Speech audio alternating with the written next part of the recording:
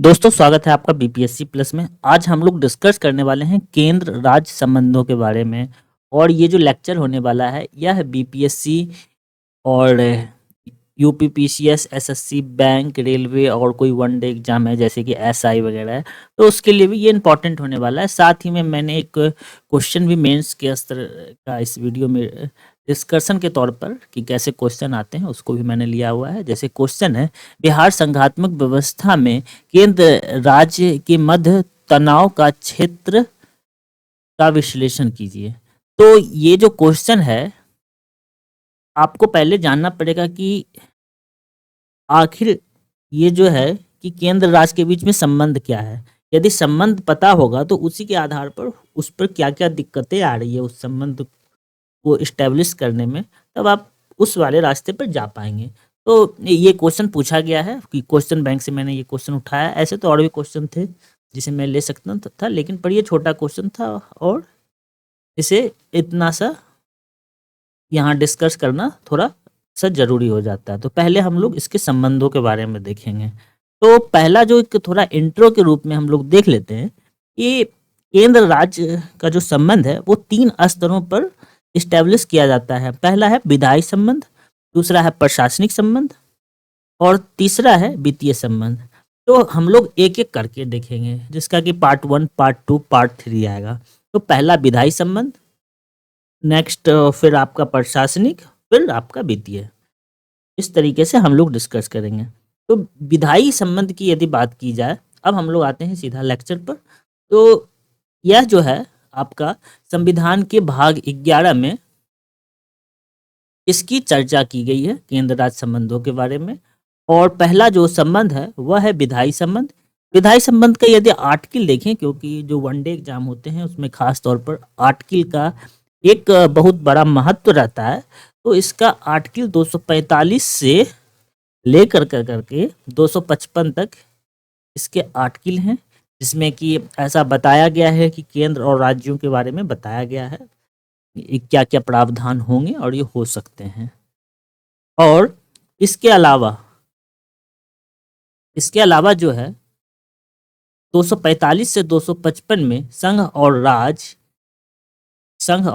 यानी संसद और विधानसभा। संघ में आपका संसद होता है और राज्यों में आपका विधानसभा होता है। तो दोनों के बीच विधायी संबंधों को बताने का कार्य करता है। इसमें संघ और राज्य दोनों को दी गई कानून की शक्तियों और सीमाओं के बारे में इसमें चर्चा की गई है। दोनों संसद के पास स्पष्ट रूप से राज्य विधानसभाओं की तुलना में अधिक शक्तियां हैं, क्योंकि हमारे यहाँ संसदीय शासन चलता है। तो संसदीय शासन, जैसा कि इसके उच्चारण प्रोनाउंसिएशन से ही लगता है कि संघ के पास ज़्यादा पावर होगा। और इसमें जो है इसके अलावा राज्यों के पास भी कुछ विशिष्ट शक्तियां होती है, जिसमें कि राज्य अपने स्तर पर कानून को बना सकता है, लेकिन उसके मुकाबले संसद के पास ज़्यादा शक्तियां होती हैं। तो ये कुछ आपका इंट्रो टाइप से हम लोग इसे देख सकते हैं। यदि कभी एग्जाम में आएगा तो हम लोग इसे इंट्रो के रूप में भी इस्तेमाल कर सकते हैं। जैसे जो बातें हैं, जैसे कौन से अनुच्छेद के बीच है, विधायी शक्ति के अंतर्गत क्या क्या है, संसद और विधानमंडल के बारे में कुछ लिखना होता है तो आप इसे लिख सकते हैं ऐसे कर करके। फिर आते हैं हम लोग नेक्स्ट पार्ट में अपने, जो विधायी शक्ति के संबंध में कुछ कुछ बातें कही गई है। अब हम लोग देखेंगे कि आखिर संसद कहाँ कहाँ अपना विधान बना सकती है। तो ये एक क्वेश्चन हो गया, संसद अपना विधान कहाँ कहाँ बना सकती है। तो संसद भारत के संपूर्ण क्षेत्रों पर अपना कानून बना सकती है या विधान बना सकती है। दोनों चीज सेम ही हुआ, दोनों वर्ड सब्स्टिट्यूट है, कोई दिक्कत नहीं होना चाहिए। तो भारत के संपूर्ण क्षेत्र पर बना सकती है।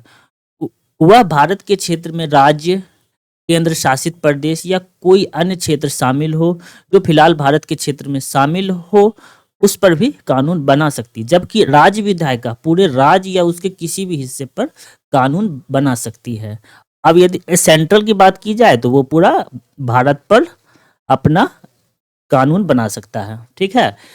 यदि फिर स्टेट की बात की जाए तो स्टेट जो है स्टेट जो है वो अपने भूभाग के अनुसार कानून बना सकता है। जैसे कि बिहार स्टेट है, तो बिहार अपने अनुसार से किसी भी जिले के लिए कानून बना सकता है। जैसे वो सुपौल, पश्चिमी चंपारण, पूर्वी चंपारण, रोहतास इत्यादि, वो कोई भी राज्य के लिए अपना कानून बना सकता है, उससे संबंधित कानून।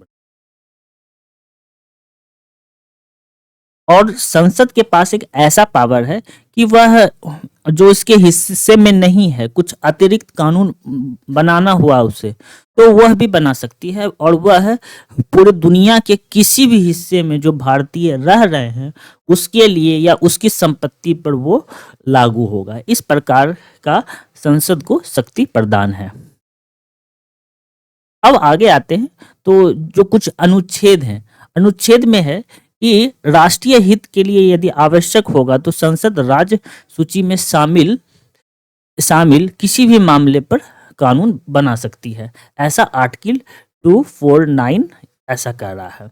अब हम लोग आगे देखेंगे, आगे कौन कौन से कार्य राज्य को मिले हुए हैं, कौन कौन से कार्य संघ को मिले हुए हैं, और कौन कौन से कार्य आपको समवर्ती सूची में है, जिसमें संघ और राज्य दोनों कानून बना सकते हैं।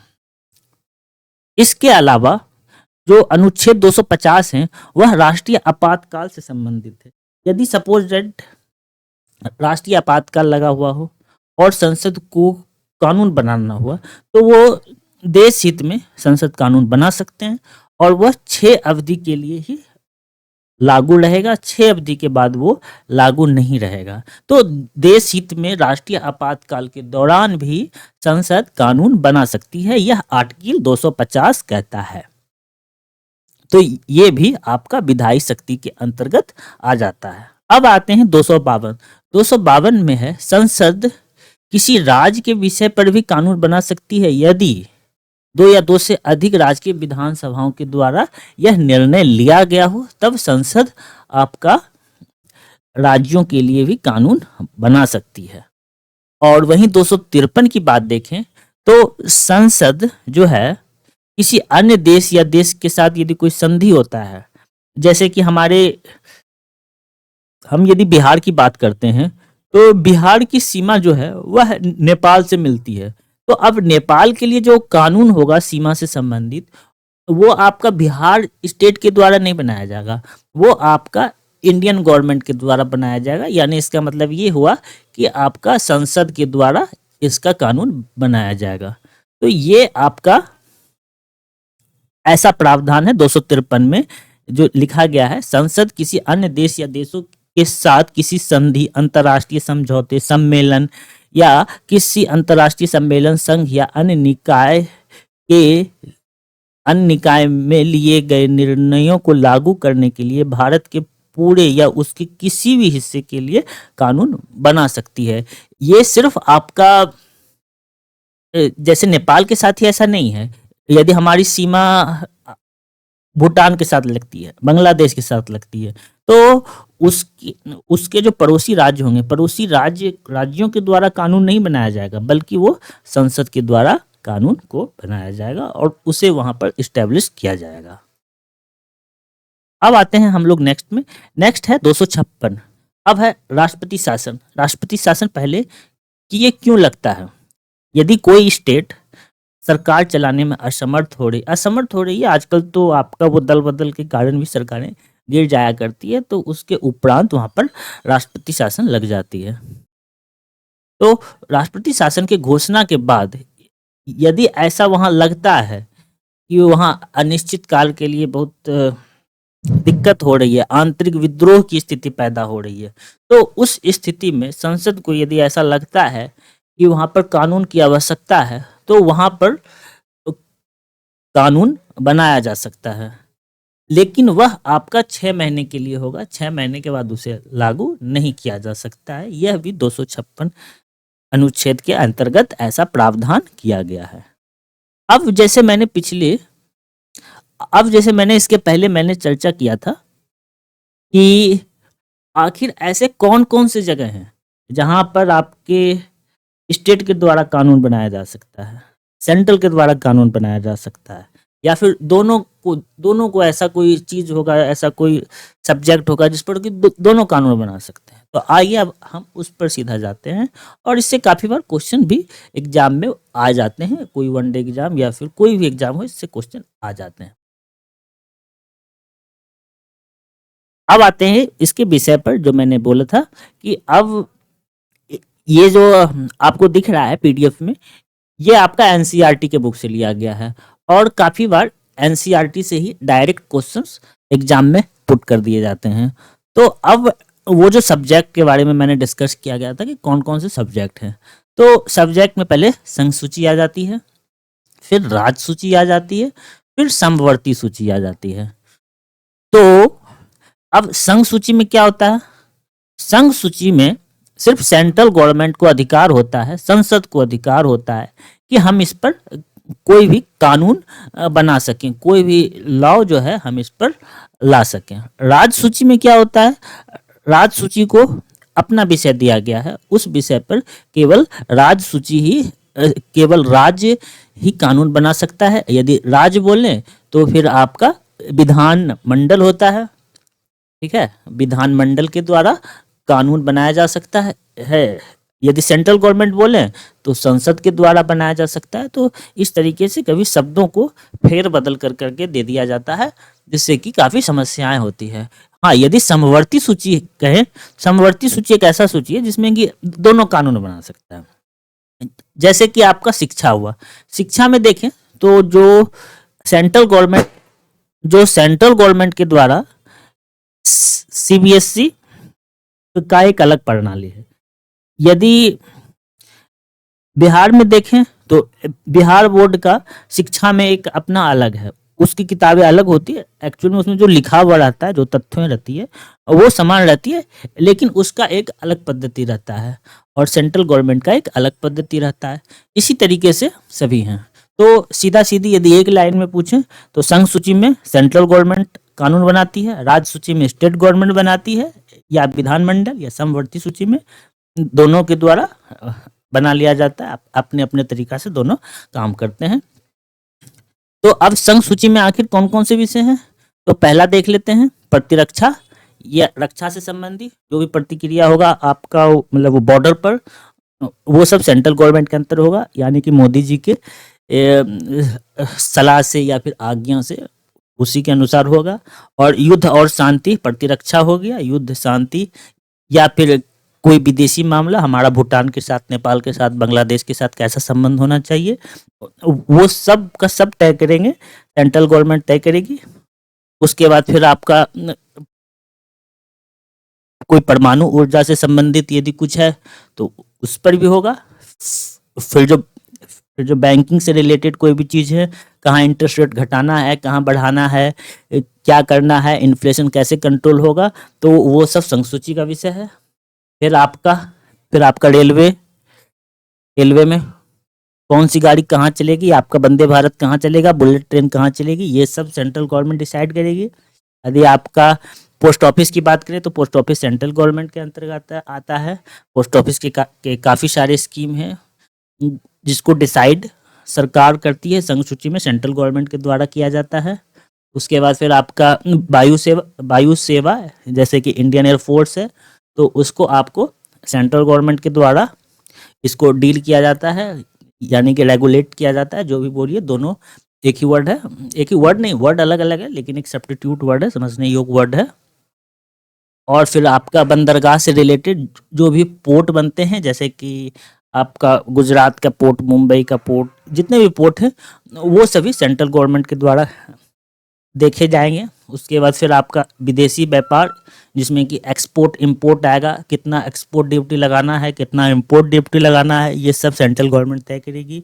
उसके बाद फिर आपका मुद्रा से संबंधित है कि कितने मुद्रा छापने हैं, कितने मुद्रा नहीं छापने हैं, क्या देश हित में है, नहीं है, तो ये सभी आपका आ जाएगा सेंट्रल गवर्नमेंट के अंदर, यानी कि संसद इस पर कानून बनाएगी।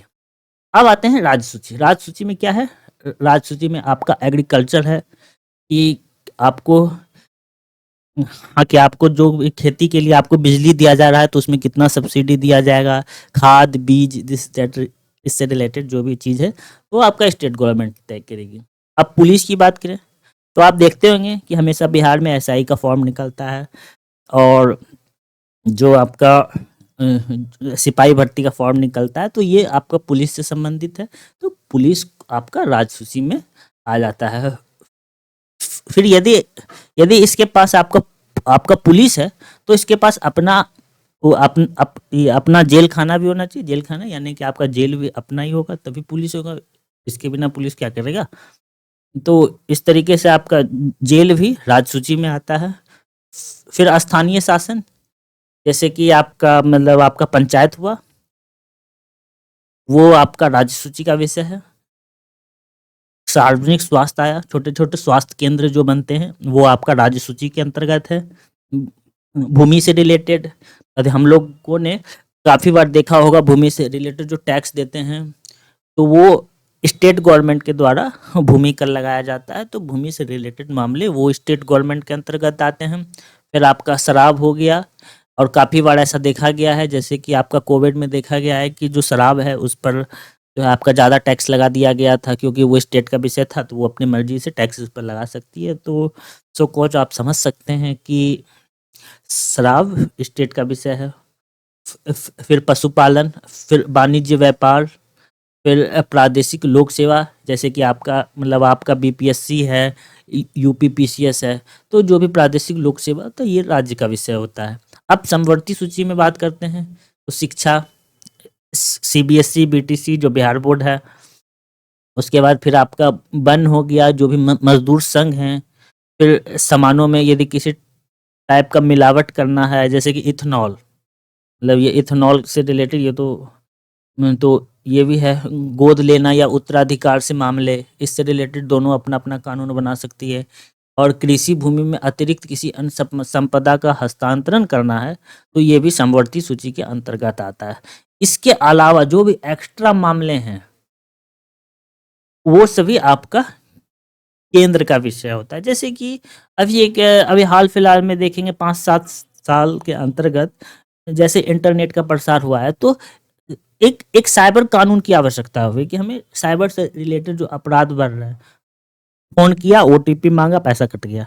तो ये आपका साइबर से रिलेटेड इसमें कानून चाहिए, और इससे रिलेटेड जो भी कानून बनेंगे, तो वो आपका सेंट्रल गवर्नमेंट के द्वारा बनाया जाएगा। तो इससे रिलेटेड काफ़ी बार क्या होता है कि और सारा विषय आता है। अभी तो वर्तमान में जैसे कि ये बड़ा फ़ेमस है, साइबर से रिलेटेड धीरे-धीरे अपराध बढ़ रहे हैं समाज में। तो इसका उदाहरण साइबर कानून से ही लिया जा सकता है। तो इससे जो अवशिष्ट शक्तियाँ हैं, वो हमेशा सेंट्रल गवर्नमेंट के हाथ में जाएगी।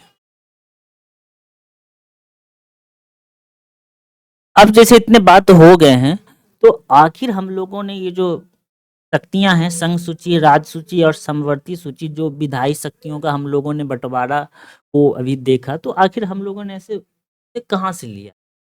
कहीं के संविधान से तो मैंने आया होगा, आखिर हमें ऐसा कॉन्सेप्ट कहाँ से आया था? कि हम लोगों ने ऐसा मतलब ऐसा जो मतलब कानून बना दिया है, तो आखिर ये कहाँ से आया? तो दोस्तों मैं बताना चाहूँगा कि ये मैंने नहीं, संविधान ने ये कनाडा के संविधान से ये चीज़ें मैंने उठाई है, मैंने नहीं, संविधान ने उठाई है। मेरे मुँह से हमेशा मैंने निकल जाता है। तो संविधान में इसे कनाडा के संविधान से उठाया गया है। इसके पहले जो है, ऐसा आज़ादी के पहले 1935 भारत सरकार अधिनियम में ये ऐसा प्रावधान था कि उसमें भी संघ सूची, राज्य सूची और समवर्ती सूची थी। तो संघ सूची में तो आपका जो था, वो संघीय विधायिका के द्वारा बनाया जाता था। फिर जो राज्य सूची था, वो राज्य विधायिका के द्वारा बनाया जाता था, और जो अवशिष्ट जो था, जो बच जाता था, वो आपका गवर्नर जनरल के द्वारा उसे बनाया जाता था। तो इस वाले जो पद्धति है, जो थे उसमें कि गवर्नर जनरल, इसे हटा कर के बाद में जो संशोधन किया, जो कि आपका कनाडा के संविधान से लिया गया है, ये शक्तियाँ ये शक्तियाँ संघ को दे दी गई, यानी कि संसद को दे दी गई। तो इस तरीके से ये था। अब जो दूसरा पहलू है, ये और कहाँ-कहाँ पर शक्तियाँ हैं। अब राज्य विधान पर केंद्र का नियंत्रण। अब ये देखना है कि राज्य विधान पर केंद्र का नियंत्रण आखिर कैसे है, क्योंकि ये जब आप आंसर लिखते हैं तो आपके पास जब तक मतलब ज़्यादा नॉलेज नहीं रहता है, तब तक आप एक अच्छा आंसर की ओर नहीं बढ़ सकते हैं। इसके अलावा जो भी हम लोग अभी जैसे कि पढ़ेंगे या फिर पहले जो भी हम लोगों ने पढ़ा, कहीं न कहीं आप देखिएगा कि यही सब मुद्दा जो है ना, कहीं न कहीं आपका मतलब वो टकराव का कारण बना है। तो अभी हम लोग इसे डिस्कस नहीं करेंगे कि टकराव का कारण क्या बना है। अभी तो बस मैंने ये डिस्कस किया है कि आखिर कहाँ-कहाँ पर है, कौन-कौन सी शक्तियाँ हैं, सेंट्रल के पास कौन शक्तियाँ हैं, स्टेट के पास कौन सी शक्तियाँ हैं। तो अब देखते हैं आगे कि राज्य विधायिका द्वारा स्थापित विशिष्ट कानूनों को राज्यपाल द्वारा राष्ट्रपति के विचार के लिए अलग रख लिया जाता है और वो पूरी तरह राष्ट्रपति की शक्ति के अधीन है। अब इसमें ये कह रहा है कि सपोज लेट कोई जो स्टेट में विधानसभा है, वो कोई कानून बनाई, वो कुछ भी बनाई, अपने हिसाब से कुछ भी बनाई, तो जब वो राज्यपाल के पास भेजा जाता है तो राज्यपाल को वो पावर है कि या तो वो उसे अपने पास रख ले या फिर उसे राष्ट्रपति के पास सिग्नेचर के लिए भेज दे, और जब तक राष्ट्रपति का साइन नहीं होगा तब तक वो कानून नहीं बनेगा। तो इस तरीके से केंद्र का नियंत्रण जो है राज्य विधानमंडल पर है।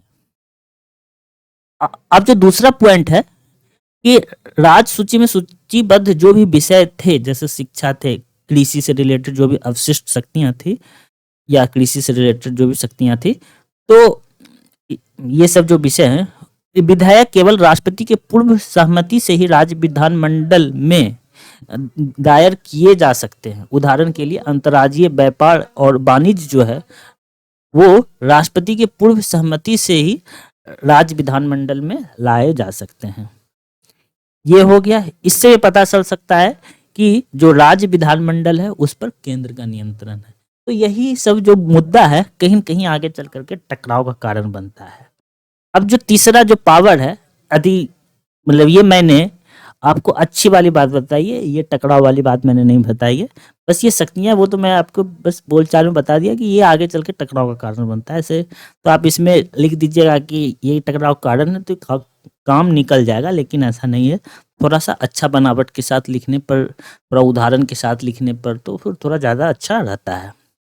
अब अब वित्तीय आपातकाल की स्थिति में राष्ट्रपति किसी राज्य से अपने विचार के लिए धन विधेयक या अन्य वित्तीय विधेयक को अलग रखने के लिए कह सकता है। जैसे कि वित्तीय आपातकाल की स्थिति आती है, उस समय राज्य को यदि धन विधेयक या अन्य वित्तीय विधेयक से रिलेटेड कोई कानून बनानी है तो उसमें भी फिर से राष्ट्रपति की अनुमति, फिर से यानी उसका अपना अधिकार नहीं है, उसको केंद्र के द्वारा ही सलाह लेना पड़ेगा या फिर कुछ करना होगा। तो ये इतने थे। अब आगे देखते हैं राज्य क्षेत्र में संसदीय विधान। अब जो है, अब जो मामला है वो है कि आपका राज्य क्षेत्र में संसदीय विधान। अब यदि कोई दो राज्यों के बीच यदि टकराव की स्थिति चल रही है, जैसे काफी बार हम लोगों ने शायद पेपर में जो लोग अक्सर देखते होंगे, तो जल संबंधी विवाद जो है अक्सर उठता रहता है, वो 2 से 3 राज्यों के बीच रहता है।